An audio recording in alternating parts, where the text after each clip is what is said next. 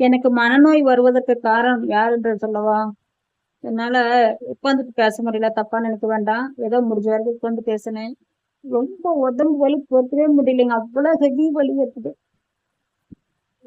Energy இல்ல, வயிறு ஃபுல்லா வலிக்குது. ஒரு ஒரு ஒரு செகண்ட் கூட என்னால நிம்மதியா இருக்க முடியலைங்க, அவ்வளவு வலி, ஹெவி வலி. இடுப்பு வலிக்குது. ஃபர்ஸ்ட் கொஞ்சம் தான் வலிச்சிட்டு இருக்கும். இடுப்புல வந்து சோத்த பக்கத்தால இந்த வலி வருது. அதை விட ஒரு என்ன சொல்றது, அதை நம்ம அமுத்தி பிடிச்சோம்னு வச்சுக்கல, அது ஒரு சுகமான இதமா தெரியுது. அந்த மாதிரி வலி தொடையுது. நரம்புகள்லாம் தளர்ந்து போச்சு. சுகர் வந்தனால மனசு ஓவர் டென்ஷன், ஓவர் டிப்ரெஷன். எனக்கு யாருமே இல்லைங்க. ஏன்னா என்னுடைய வேலையும் தான் நானே தான் போய் செய்யணும். என் பொண்ணு படிக்க வச்சிருந்து அப்படித்தான். நான் செய்யலைன்னா அவங்க எதிர்காலமே இல்லை. அப்படித்தான் போயிட்டு தொட்டதுக்கெல்லாம் டென்ஷன் டென்ஷன் டென்ஷன், ஓவரா டென்ஷன் ஆகி என்னால முடியலைங்க. சத்தியமா நான் சொல்றேன், மாத்திரை போடுங்க அப்படின்னாங்க. நான் சென்னைக்கு கூப்பிட்டேன், நான் போகலையா, மாத்திரை போடுங்க அப்படிங்கிற. மாத்திரைக்கெல்லாம் கட்டுப்படல, அதே மீறி போயிடுச்சு. ஏன் இவ்வளவு வலி வலிக்குது எனக்கு ஒண்ணும் புரியல.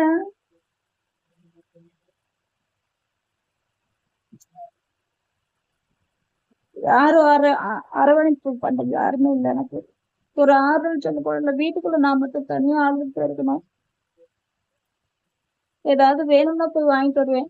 அங்க போய் வாங்கிட்டு வர்றதுக்குள்ள எதுவுமே செய்ய முடியாது. வேலைக்கெல்லாம் ஆள் போட்டா நம்மளை ஏமாத்திட்டு போயிடுறாங்க.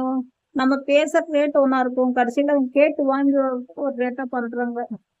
நிப்பாட்டிட்டு அதனால வேலையால நேத்து கொஞ்சம் ஓரளவுக்கு வீடு கிளீன் பண்ணிட்டேன். இன்னைக்கு இன்ன வரைக்கும் அப்படியே தான் கிடக்குது.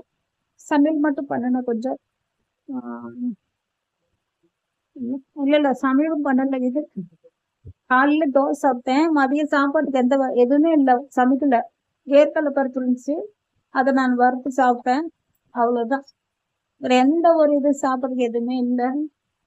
இப்ப செய்யலாம், செஞ்சு சாப்பிடலாம் அப்படின்னா அந்த அளவுக்கு எனக்கு எனர்ஜி இல்லை, எந்திரிக்க முடியல. ஏன் இப்படி ஒரு கஷ்டமான்னு தோணும். அந்த ஃபீலிங்ஸ் நான் சொல்ல முடியலைங்க வெளியே. என்னால ரொம்ப முடியல. பொண்ணுகிட்ட போன் பண்ணி சொல்றேன், வாங்க வாங்கன்னு கூப்பிட்டு பார்த்தா நான் போகல. எனக்குன்னு வந்து அங்க டிஸ்டர்பன்ஸ் இல்லாம தனியா ஒரு ரூம் இருக்கணும். என்னை யாரும் டிஸ்டர்பன்ஸ் பண்ணக்கூடாது. ஏசி இல்ல அங்க, ஒரு ரூம்ல தான் இருக்குது. இதுதான் பெரிய பிரச்சனை. சரி, இங்க இருக்கிறத கொண்டு கழட்டி அங்க மாட்டிடலாம் அப்படின்னா திரும்ப ஒரு நாளைக்கு இங்க வர வேண்டிய சூழ்நிலை வந்துன்னா அது ஒண்ணும் திரும்பவும் இங்க கொண்டுட்டு வரதா என்னால முடியல.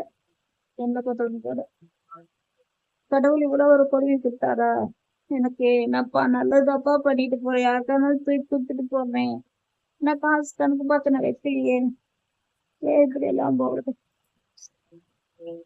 தனியா இருக்கிறவங்க பைத்தியம் முடிச்சு சாப்பிடுறதுதான் இதுதானோ கஷ்டம். ஒருத்தர் நாள் நான் இவ்வளவு தூரம் மனவலியோட வாழ்ந்துகிட்டு இருக்கேங்க.